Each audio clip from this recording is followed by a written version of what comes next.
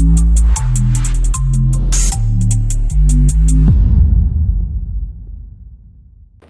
મિત્રતાને લાંછન લગાવતો કિસ્સો પ્રકાશમાં આવ્યો। મિત્રના મોત બાદ 12માની વિધિ સમયે જ તેની પત્નીનો ફોન ચોરી લીધો। 3 લાખ ઓનલાઈન ટ્રાન્સફર કરીને ચૂનો લગાવ્યો। સુરતમાં મિત્રતા પર લાંછન લગાવતો કિસ્સો પ્રકાશમાં આવ્યો છે। શહેરના કપોદરા વિસ્તારમાં મિત્રના કેન્સરની બીમારીમાં થયેલા મોત બાદ તેના પરિવારને સાંત્વના આપવાની જગ્યાએ 12માની વિધિમાં જ મિત્રની પત્નીનો સ્માર્ટફોન ચોરી લીધો હતો। બાદમાં તેના બેંકમાંથી 3 લાખ રૂપિયાની ચોરી કરી હતી। કપોદરા વિસ્તારમાં રહેતા નિકુલભાઈ ગજેરાને કેન્સરની બીમારી હતી। આ દરમિયાન બીમારીમાં તેનું મોત નીપજ્યું, જેથી તેની વિધિમાં નાનપણનો મિત્ર સંદીપ વિનોદ દેસાઈ આવ્યો હતો।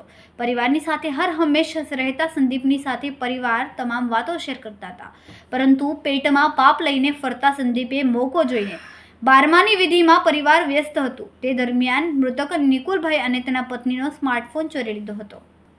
શોખની વિધિમાં કોઈને ફોન યાદ આવ્યો ન હતો, પરંતુ પીઠમાં ખંજર ભોંકનાર સંદીપ દેસાઈ ફોન લઈને નાસી ગયો હતો। આરોપી સંદીપ ફોનના પાસવર્ડ અને ગૂગલ પેના યુપીઆઈ પિન અને પાસવર્ડ અગાઉથી જાણી લીધા હતા, જેથી તેનો ઉપયોગ કરીને અલગ અલગ રીતે 3 લાખ ઓનલાઈન ટ્રાન્ઝેક્શન કરીને ચોરી લીધા હતા।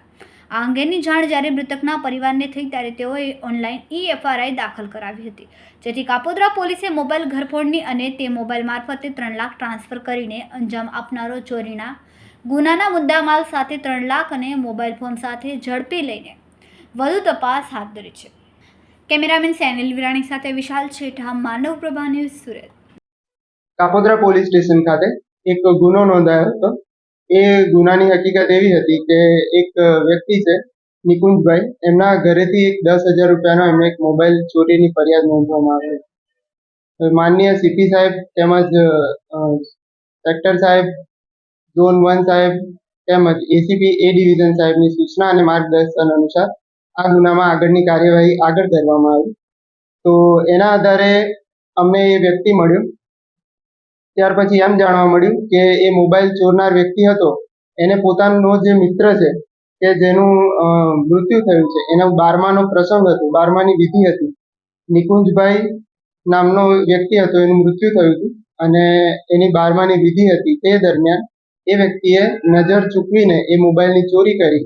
ત્યારબાદ એનો મિત્ર હોવાથી એ એના મોબાઈલના ગૂગલ પેના આઈડી અને પાસવર્ડ જાણતો હોવાથી એને અલગ અલગ ખાતામાં અલગ અલગ રીતે 3 લાખ રૂપિયા જેટલા ટ્રાન્ઝેક્શન કર્યું। ત્યારબાદ આપણને એ ટ્રાન્ઝેક્શનની વિગતો પણ મળી ગઈ છે અને એ 3 લાખ રૂપિયા તેમજ 10,000 રૂપિયાનો મોબાઈલ એ બંને રિકવર કરવામાં આવે છે। તો શા માટે મિત્રને નિશાન બનાવવામાં આવ્યો હતો?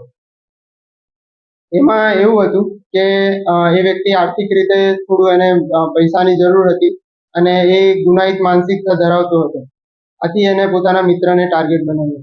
સાહેબ, આ જે મામલો હતો કેવી રીતે બહાર આવ્યો, કઈ ઘટના ચાલી હતી તે દરમિયાન એને ચોરી કરી? આમાં જ્યારે જે મરણ જનાર છે એનું નામ છે નિકુલભાઈ ગોવિંદભાઈ ગજેરા, એનું મૃત્યુ થયું હતું અને એનો એ સગો મિત્ર હતો। ત્યારબાદ એને શું કર્યું કે એને 12માની વિધિ ચાલુ હતી। 12માની વિધિ દરમિયાન ઘરવાળાને તો એમ જ કે એનો મિત્ર છે એટલે એ લોકો એના પર પૂરો વિશ્વાસ રાખે, તો એ દરમિયાન ઘરવાળાની નજર ચૂકવીને એ વ્યક્તિએ મોબાઈલની ચોરી કરી હતી।